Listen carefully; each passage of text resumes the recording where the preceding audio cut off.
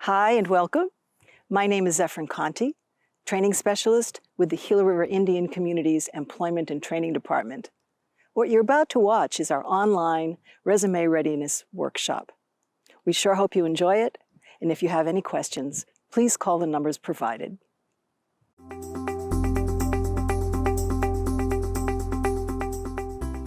Welcome to our online and virtual resume readiness workshop. My name is Zephryn Conte, training specialist with the Gila River Indian Community Employment and Training Department. And joining me on this video is my colleague and co-facilitator. Hi, I'm James Tree, and I'm also a training specialist here at Gila River Employment and Training Department. The purpose of our resume training today is first to offer you some tips and ways of thinking about how to put your resume together. Also, we want you to end up with a very beautiful professional resume that you can be proud of to market yourself in today's job market. Now let's look on page 1 of your packet, and let's talk about what a professional resume is. First, it is a sales document that promotes you, your skills and qualifications and accomplishments. Next point, the purpose of a resume is that it helps you obtain the interview. Last point is your resume plays an important role in marketing you to your future employer. So it is important to remember that your resume should be visually outstanding enough so that the employer calls you for an interview. Now let's talk about what areas of a resume should be highlighted. Your resume should highlight the following areas: your contact information, qualifications and skills, your work history, education and training, professional certifications, licenses, or membership affiliations, and lastly, your accomplishments and special awards. Furthermore, at the bottom of the page, I want to summarize some of the things that you should include in your resume. Your resume should be typed and have proper grammar and spelling. On your resume, you do not use the subject I, me, or my, because it is not a letter. Have clearly defined section headings with specific information in each. Survive the 10-second scan. Studies have shown that the average recruiter or hiring manager scans a resume for 10 seconds or less before deciding if the applicant is a good fit for the role. In other words, to pass the resume test, your resume only has 10 seconds to make the right impression with a prospective employer. If you fail to make an impact within the first few seconds, then you may find that many recruiters skip over your resume, even without reading it. Next point, use consistent margins, spaces, font styles, and sizes. You can add color to your resume to grab the attention of the reader. Do not include references, put that in a cover letter or on a separate list. Also, later in the training, we will go over some more do's and don'ts in more detail. So, before we start building your resume, we want you to think a little bit about your skills, your traits, and what your preferred work style is. It's important that you think about these things when you're seeking work so that you can look for the kinds of opportunities that will best fit your needs and your likes. If you look at the top of page 2, you'll see that we define the difference between a trait and a skill. So what's a trait? A trait is something that's inborn. It's something you don't have to learn. It's a part of your personality or character. For instance, when you're thinking about your traits, what's unique or different or desirable about you? What about your personality might be an asset in the workplace? Then we like you to think about your skills. And if you look at the triangle on page 2, you'll notice that we have two different types of skills defined here. The first is a job-specific skill. A job-specific skill is something that can be measured. Something like typing, how many words per minute, or building, how many nails can be put in a certain amount of time. But a transferable skill is a little bit more closely linked to traits. In other words, a transferable skill like being a good communicator, being a great problem solver, being a people person. These are what we might consider soft skills. And these are the skills that transfer from job to job because they're desirable by most employers. That's why we call them transferable. So now, if you look at the second half of page 2, we're taking a moment to look at your preferred work styles. As I mentioned earlier, it's important for you to understand and think about what your preferred work styles are, because when you are crafting your resume, you want to highlight your job history in a way that emphasizes your preferred work styles. If you look at the list of styles, you'll notice number 1 as someone who prefers data or information. That might be someone who likes facts, likes to work with records and files, numbers, systems, things like recording or typing in data, organizing data. That might be your preferred work style. The next is a person who prefers working with ideas. I might say that I fit into that category as a trainer, working with theories and knowledge and ideas, people like teachers or advisors or counselors. These would be people that are interested in ideas. The third work style we mention here is being a people person. Do you prefer working with other people? Do you prefer social environments? Do you like to help people, inform people, persuade people? We might call you a people person. And lastly, those are people who prefer to work with things, to work with their hands, to work more physically, like working with materials or tools or machines. Activities like repairing or producing or testing. What we ask you to think about when you consider your work styles is if you were to rank these. In other words, what's your number 1 most preferred style and what's your number 4 least preferred style? Generally, people come up with 1 or 2 that are most preferred. You want to be looking for positions and also crafting your resume in a way that highlights your preferred work styles.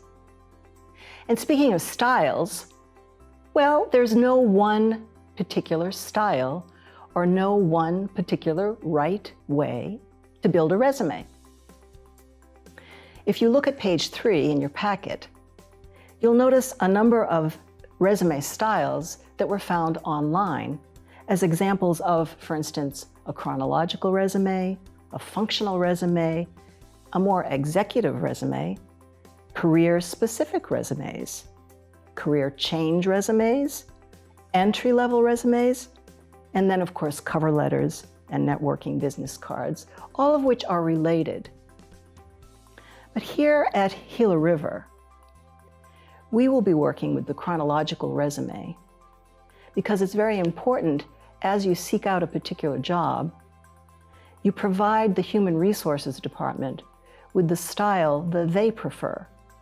So oftentimes, if you have a resume that is written in one style, you may want to reorganize it or recraft it to the style that is preferred by the HR department of the company that you're applying to. In this case, in our training, we will be working with the chronological resume. Wow! Zephryn just shared some great information on the various styles of a professional resume. Also, a good takeaway tip she mentioned is how to build your resume to what Gila River Indian Community Human Resource wants. Now, let's continue on and look at the top of page 4. Here, we will talk about the resume standards, or in other words, the do's and don'ts of a resume. So let's start with what you don't want on your resume. Do not include salary requirements or references. As mentioned before on your resume, you do not use the subject I, me, or my. It is not a letter. Do not use jargon, acronyms, and abbreviations, for instance, GRIC. You will need to spell the whole word out in your resume. Don't assume the reader knows technical terms. For example, a dolly in the construction industry, it means a tool you use to transport heavy items. But in a home or nursery, a dolly would be simply a child's toy. Don't use exact dates either. The month and year are good enough. You should leave off the employer addresses or phone numbers. Make sure to not use unprofessional email address or voicemail. Your email address or voicemail should be businesslike. So do not use nicknames. Using just your name or initials is good. Don't use paragraphs or sentences. It is not a good idea to have someone else also write your resume. Do not include clip arts, photos, or fancy fonts that you can't read. Don't overcrowd the page. It needs to be readable. Don't include personal information like your health, weight, and height. Last, don't include hobbies or personal interests that are not relevant to the job you are seeking. So now Zephryn will talk about the do's of the resume. Well, thank you, James, for highlighting all of the don'ts. That's certainly important. But I think it's also important for us now to look at what we should do and what should be included and should be remembered on your resume. So we always advise that, of course, you present yourself accurately and positively. Stress your accomplishments. Accentuate the positive. We ask that you think about listing only 10 years of work history, starting from the most current, working your way backwards in time. And make sure that you use action verbs that show strength and are positive. Include only relevant information that's important for the person viewing your resume and for the job you're applying for, which means you could also target your resume to each company or to each job by making small adjustments or changes in how you present yourself on paper. We always advise that you include references, if you include references, on a separate sheet of paper, not on your resume. This is to maintain the privacy of those people that you are using as references. Make sure, as James mentioned earlier, that you're consistent with your formatting, that your resume on paper is attractive to the eye. Make sure you're using bullets and have other people proofread your resume. I can tell you many times that I have written documents and missed so many things, even though I proofread it myself many times. It's always important to have someone else look at your work to make sure that all the grammar and everything is correct. Keep your resume to 1 page if possible, no more than 2 pages, because you want to pass that 10-second scan. The point of this, all of these things should make your resume more attractive to an employer, because we want your resume to stimulate interest in the employer's meeting and learning more about you. So if you look at the center of page 4, we give you some examples of action words and ways that you might quantify or define how many, how long, how much of a certain activity of yours. We find that putting numbers on things, for instance, and using colorful language, for instance, implemented instead of did, instead of saying, I did a house building, saying I implemented the building of a house, and to quantify it, for instance, I built a total of 14 homes from the ground up. Gives it more power and more imagery for the person reading it to really visualize what you have done in your career. Other examples include build instead of worked on, developed instead of made, designed, sold, earned. For instance, I designed over 30 stage sets for community theaters. I sold 300 units in 1 year, completed 12 years of service to the community. Using a variety of action words and ways of quantifying your accomplishments is a great way to give your resume some power.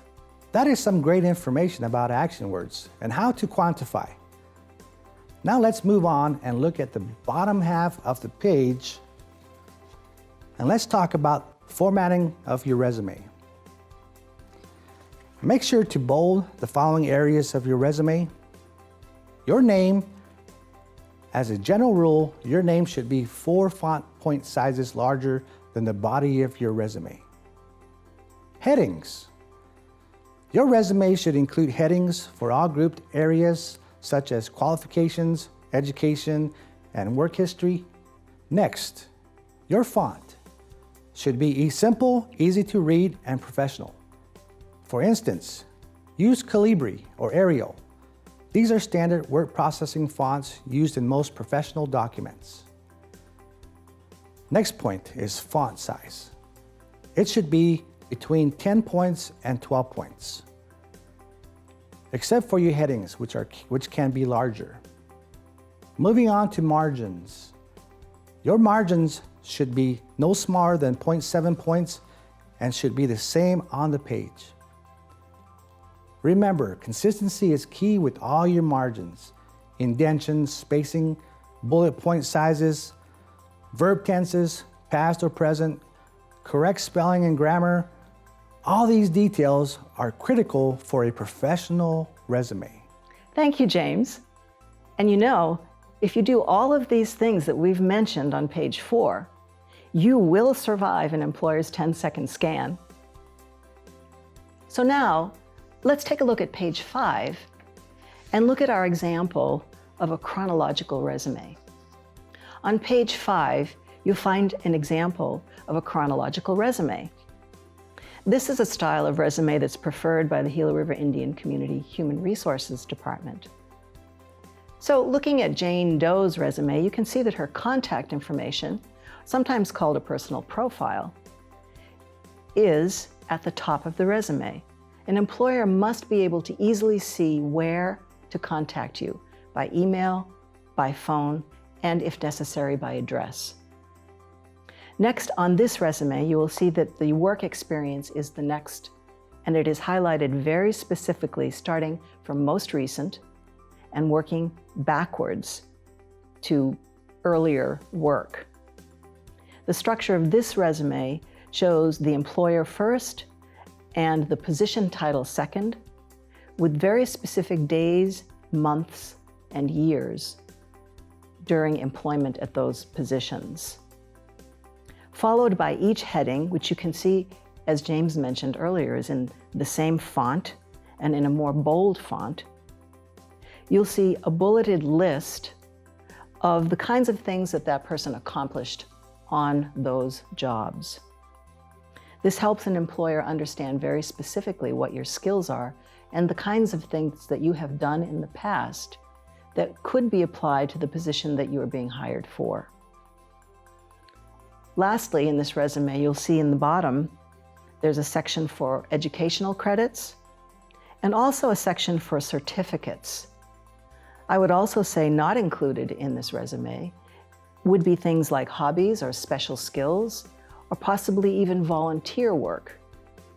Oftentimes, your volunteer work can say a lot of things about skills that you've learned on particular jobs or situations that perhaps you were not paid for, but you developed a great deal of skill on. At the very bottom, you'll see also that it notes references and transcripts available upon request. What that means is, if an employer wants references from you, or if you haven't already provided those references on an application, you would provide them under separate cover on another sheet. Additionally, if you have college degrees, oftentimes employers would like to see your transcripts. So you must have all of those materials ready before you apply for a position so that you could attach those if you need to when you submit your resume. Well, thanks, Zephryn, for showing us the example resume. Now let's go to page 6 to look at a resume builder worksheet, which you should have in hand. This is a tool which will guide you to build a successful resume. Use the worksheet to collect and record all the data you will need to build your resume. You will be responsible to work through each highlighted section, which are numbered 1 through 9 of the Resume Builder worksheet. Now let's get started. Page 6 in your packet is the first page of the Resume Builder worksheet. The first highlighted section starts with the number 1, which is where you will fill in your contact information specific to your name, address, phone number, and you will write in your professional email address as well. Remember, your email address should be professional, so do not use nicknames. Keep it simple with just your name or initials, such as jane.doe@yahoo.com. Next is section 2. This is where you will write your profile statement. A profile statement is a brief summary statement of your skills and experience written in 1 to 2 sentences. Refer to the example that is written out for you to help you write your profile.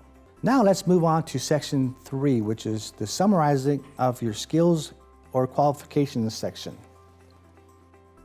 In this section, you will summarize your skills you possess or responsibilities you have had in the various positions in your work history. In list form, this section gives the reader a quick picture of what you know and can do. Refer to the example of various trades to help you write your skills or qualifications using the right format. Please note, if you are writing a chronological resume, you can skip to the next section, which is the paid work history section. So let's continue on and look at page 7. Here, at number 4, we're asking you to list your paid work history. Now, as I mentioned earlier, you start from the most recent and you work your way backwards in time. In here, we want you to include dates, including months, days, and years of when you worked. If it's multiple years, as you will see in some of the bulleted examples, you might use only years. So, in looking at the example here, which is recreation aid, you'll first make sure that you have the employer clearly. Gila River District 3 Community Center, Sacaton, Arizona. The dates that you worked, May through August 2017. This is obviously a part-time position. What did you do? Assist with 3 to 8-year-old childcare, plan and lead student activities, prepare lunch, manage mealtime procedures. These could be 3 bulleted points. And if you look at the sheet, it's designed in a way that you can write all of these down in preparation for typing your resume. On page 8, similarly, we follow with volunteer work experience. And I'd like to highlight here that your volunteer history can really showcase your experience or your skills and things that you've built along the way that may not have included a salary, but may have included responsibilities and skills that could be important for an employer to see on your resume. So again, listing your volunteer experience is structured similarly. If you can be specific about days or months and years, that's wonderful, but if you cannot be, it's less important with your volunteer experience because after all, the primary thing that we're looking at in a resume is your paid work experience. But it's important to highlight the fact that your volunteer experience can be useful to you on a resume, particularly for entry-level workers young workers without a lot of work history, paid work history, you may want to include volunteer work history because it shows some of your skills. And lastly, on the bottom of page 8, you'll notice an area that's designed for you to think about your education and start to list things like degree work, associate's degrees, and even high school diplomas or general education degrees, GEDs. It's important that you list all of your education, including certificates or certifications, on your resume. Okay, now turn to page 9, and we will begin with section 7, which is the certifications section. Here, you will input your certifications starting with the most recent. Refer to the examples to help you write your certifications information. Let's now move to section 8, which is the awards and honors section, which is in the middle of the page. Again, start with your most recent award or honors received and refer to the examples to help you write your awards and honors information. Lastly, section 9, which is at the bottom, if you are involved in any other activities, hobbies, skills, or experiences that you think are important and relevant to the job you are seeking, include them in this section. Refer to the examples to help you write your information. Earlier in the training, it was said not to put references on your resume. Zephryn, why don't you explain to us a little more about that? Well, there's a little bit about references we'd like to talk about here because references are actually quite important to you. First of all, what is a list of references and why are references important? Well, first, your references are people that can verify your work history and the quality of your work. In other words, a work reference is somebody who will speak highly of you or positively of work that they know of that you have completed. People like colleagues, even supervisors, directors of departments.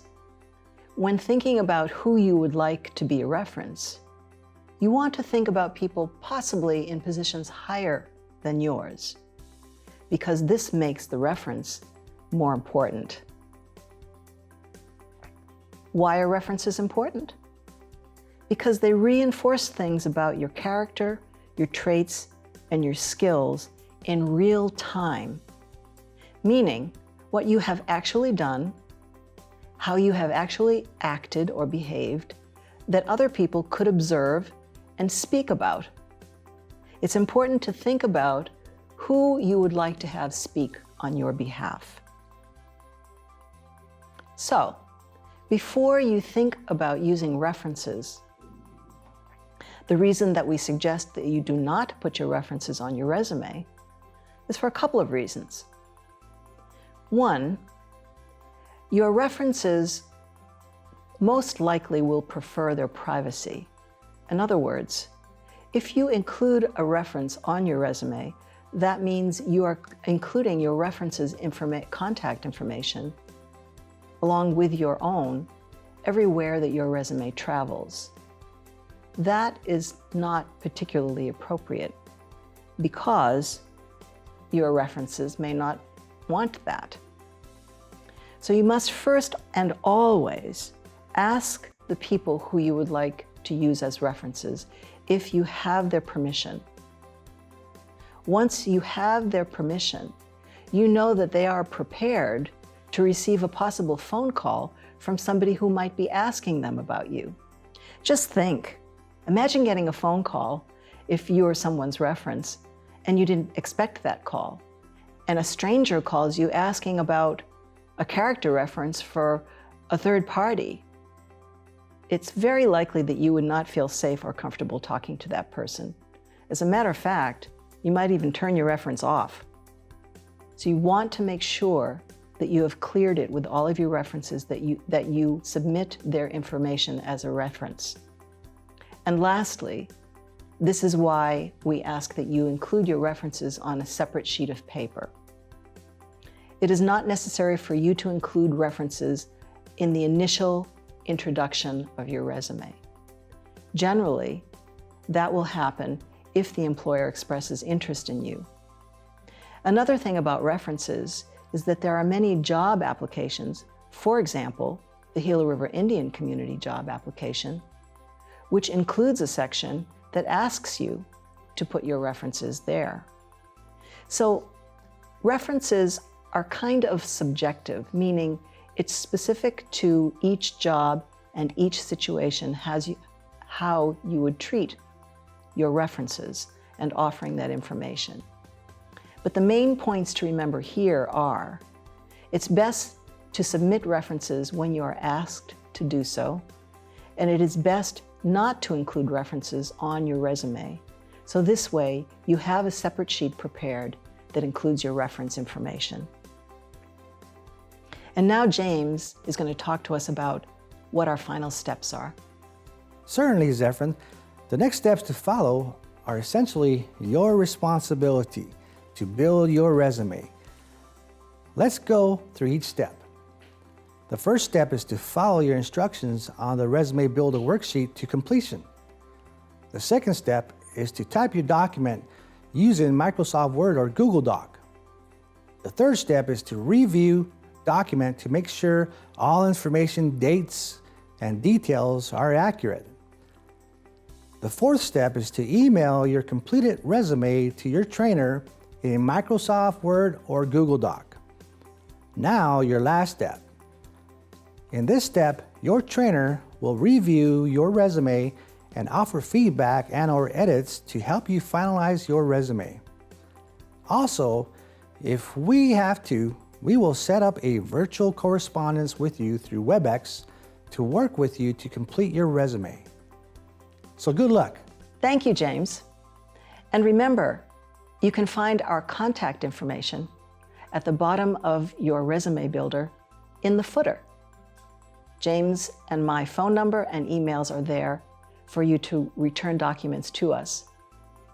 And so now, in order to complete this training, we want to make sure that you fill out your online fillable forms that were given to you before the training.